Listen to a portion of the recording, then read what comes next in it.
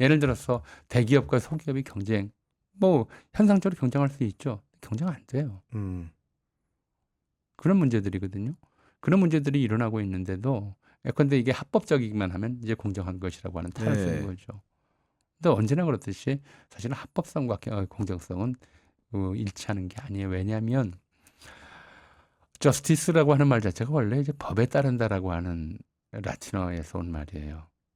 그러니까 중국 사람들이 이 말을 번역할 때 굉장히 고심을 했어요. 어떤 조어를 해야 되는지. 그렇죠. 이 저스티스를 뭐로 번역하는 것이 옳으냐. 공정은 하늘이 정한 모를 바름이란 뜻이에요. 공자가 이제 한자에서는 하늘의 뜻을 지상에 구현하는 것을 공이라고 했거든요. 네. 그러니까 하늘이 정한 올바름 이렇게 번역을 했다가 그걸 정의로 이제 재번역을 했어요. 이게 청나라 때 공친왕 휘하에 이제 번역청이 만들어져서 그렇게 대규모 번역하면서 그 정의란 말을 썼거든요. 그 전까지 우리 이 한자어에는 정의라는 말이 없었어요. 대의가 있었을 뿐이죠. 대의 명분이란 말은 쓰잖아요. 네. 정의롭다는 말을 쓰질 않았었어요.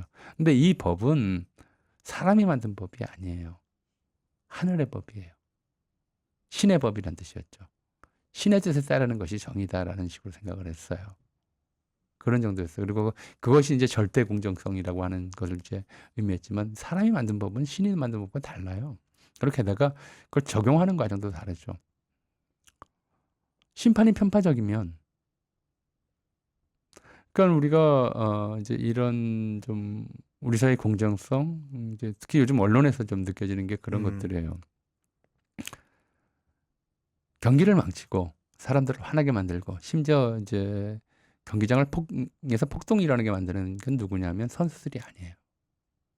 선수들이 반칙을 심하게 하면 퇴장시키면 돼요. 심판이에요. 네. 심판이 경기를 불공평하게 또는 불공정하게 운영하면 경기가 망쳐져요. 그걸 보는 관중들이 화가 나죠.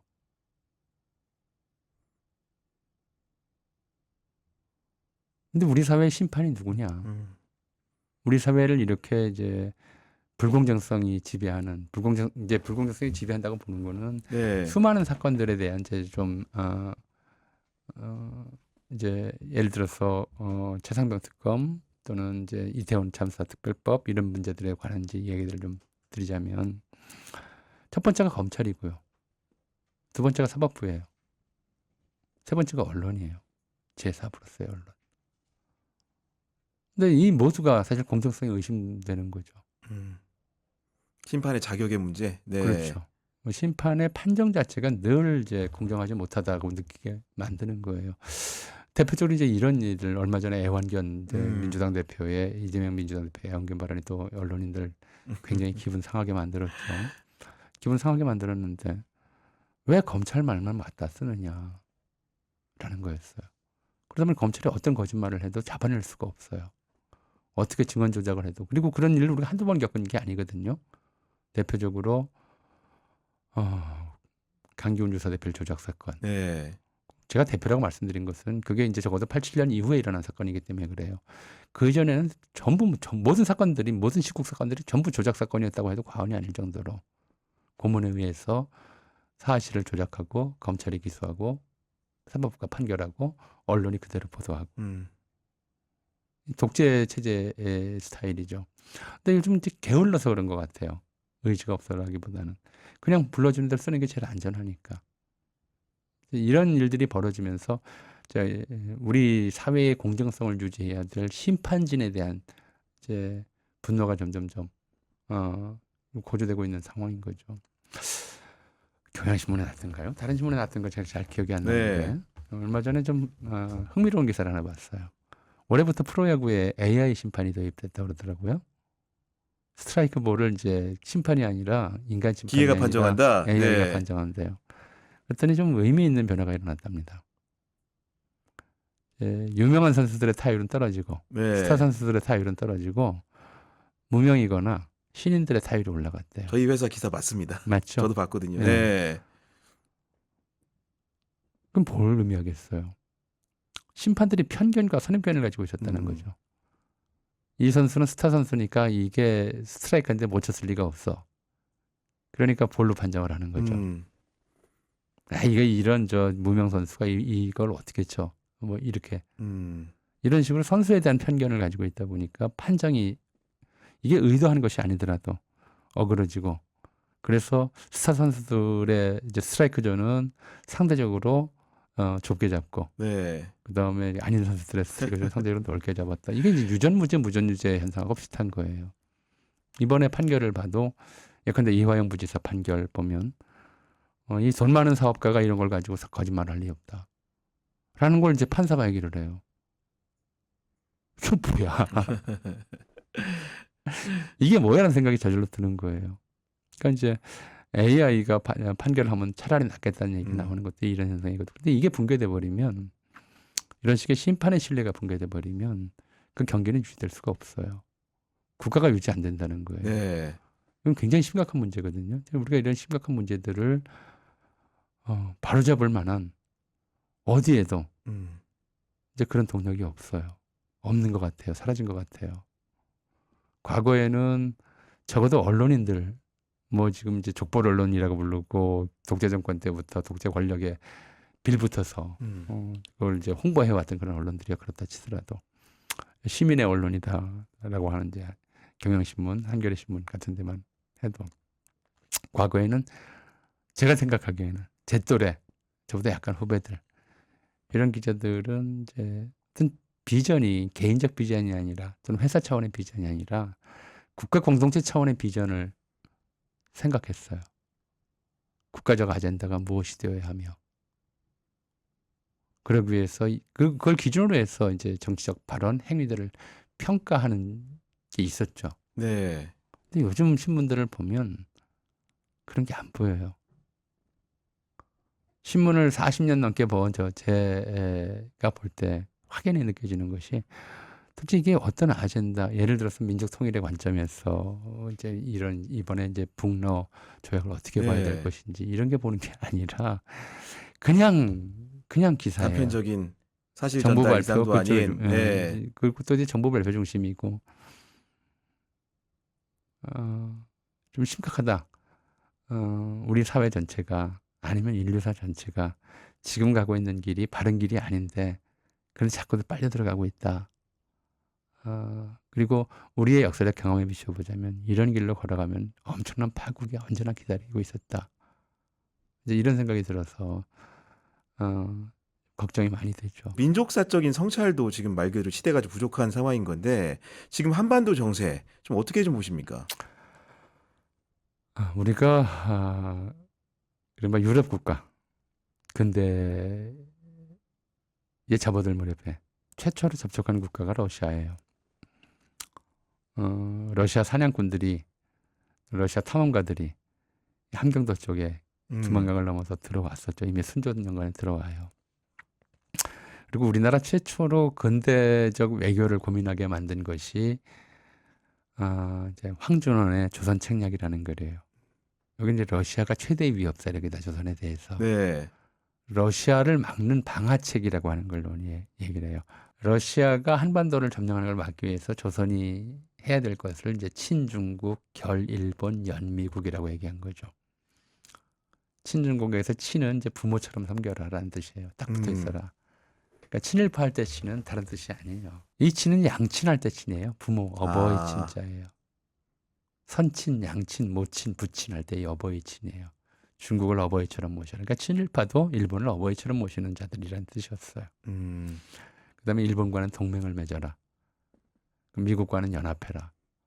이게 이제 친중국, 결일본, 연미국의 이제 책략이었죠. 그때 최익현이 그렇게 얘기를 했어요. 이걸 보고 이제 미친 소리라고 하면서 가까운 나라를 적대시하고 먼 나라에 힘을 빌리겠다고 하는 게 이게 가상키나 한 일이냐. 그 당시 이제 요즘 같은 때가 아니니까 이미 미국은 이제 우리나라 안에 군사 기지까지 가지고 있으니까 그런 식의 얘기를 할 수는 없지만 그 이후로 러시아의 이제 움직임 하나하나가 우리가 원하든 원치 않았든 간에 한반도 역사에 결정적인 영향들을 미쳐왔어요. 당장 러일 전쟁 끝나고 나서 울산의 격치 결별. 네. 그리고 이제 그 뒤에 바로 이제 우리가 식민지가 된 것이고요. 해방 이후에는 이제 소련이죠. 소련과 미국의 그야말로 즉흥적인 결정으로 네. 한반도 일본이 아니라 사실 패전국이 분할 점령돼야 되는데 해방된 한국을 해방된 분할해 한국이 버려서 네. 반쪽을 나눠 버렸어요. 그리고 이제 6.25 전쟁도 뭐 그 결과로 일어났던 것이고요.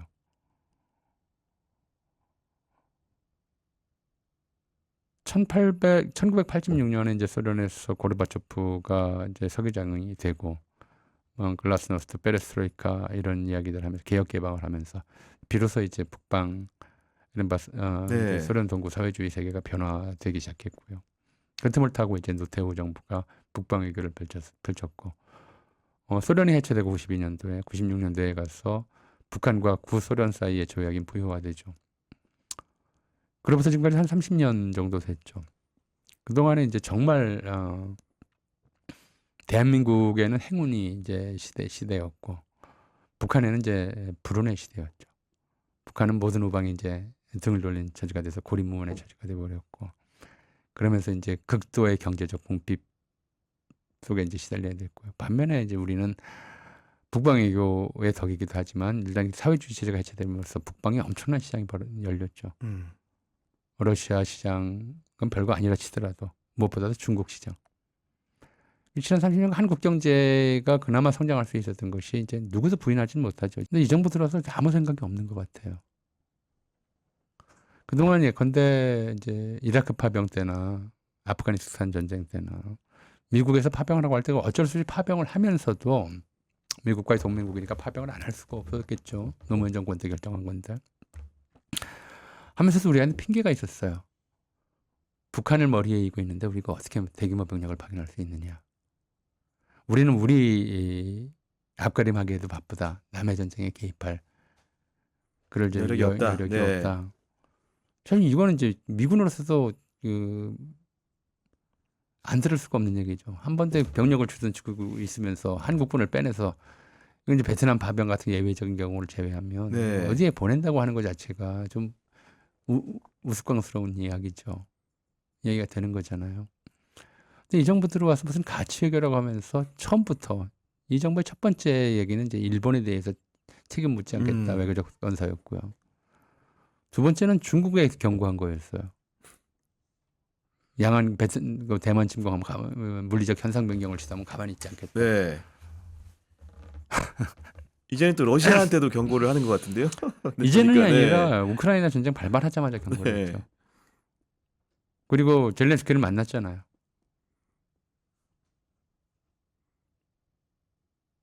대놓고 우크라이나 우방이라고. 도대체 거기에